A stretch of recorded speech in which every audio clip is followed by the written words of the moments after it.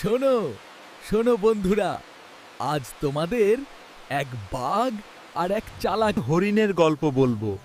সে গল্পটি ভারী মজার আর শেখার মতো। এক ছিল মস্ত গভীর জঙ্গল। সেখানে থাকতো এক বাঘ, যার খিদে ছিল বিশাল। আর থাকতো একটি হরিণ, সে ভারী চঞ্চল আর বুদ্ধিমান। একদিন বাঘের পেটে যেন আগুন জ্বলছে। খাবারের খোঁজে সে ঘুরতে দেখতে পেল হরিণটিকে। হরিণ তখন নিশ্চিন্তে ঘাস খাচ্ছে।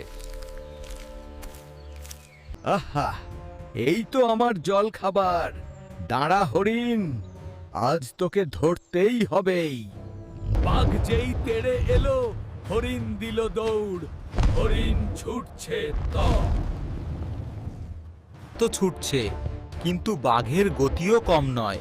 সে প্রায় ধরেই ফেলে। আরে, এ কি দেখলাম ওই ঝোপের আড়ালে? মহারাজ, আপনি এদিকে তাকান। কি দেখলি? কেন থামলি? এই চালাকি নয়, আমাকে খেতে দে। আমার থেকে অনেক বড় ভয়ানক কিছু একটা দেখলাম। সে তো আপনার মতো পড়িনি। বাঘদের ধরে ধরে খায়। তার লম্বা লম্বা দুটো শিং, দৈত্যের মতো দেখতে। বাঘ তো হরিণের চেয়েও জোরে কেঁপে উঠল।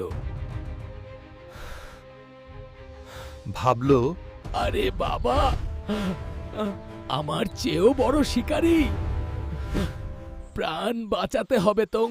ওরে বাবা, চল চল হরিণ, আমরা দুজনেই লুকিয়ে পড়ি। আমি একটু এই পাতার নিচে যাই,